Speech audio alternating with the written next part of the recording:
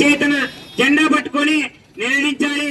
ఎవరైతే ఎప్పుడైతే ప్రశ్నిస్తారో అప్పుడే ఎదిరించే రాజ్యం ఎప్పుడైతే వెళ్తారో అప్పుడు కూడా మనం బెదిరిస్తేనే ఎదిరించే రాజ్యం అప్పుడు నిలబడుతుంది.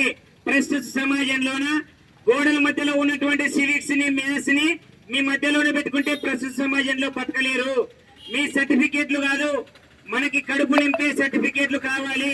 కాగితపు సర్టిఫికేట్లు మనలాంటి బయట దిగిరే వ్యక్తులు కూడా ఈరోజు ఓపెన్ లో పాస్ అయ్యి కూడా మనతో పాటు జాబులు చేస్తా ఉన్నారు.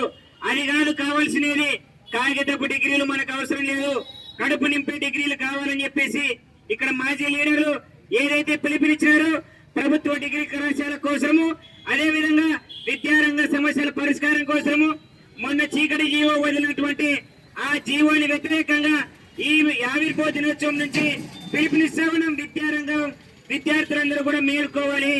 ప్రస్తుతం సమాజంలోన విద్యార్థులకు సమస్యలు ఎక్కడుంటే అక్కడ ఏఎస్ఎఫ్ ఉంటుంది అనేది పెదబడి ఈ జీవోలు తీసుకొస్తా ఉన్నారు.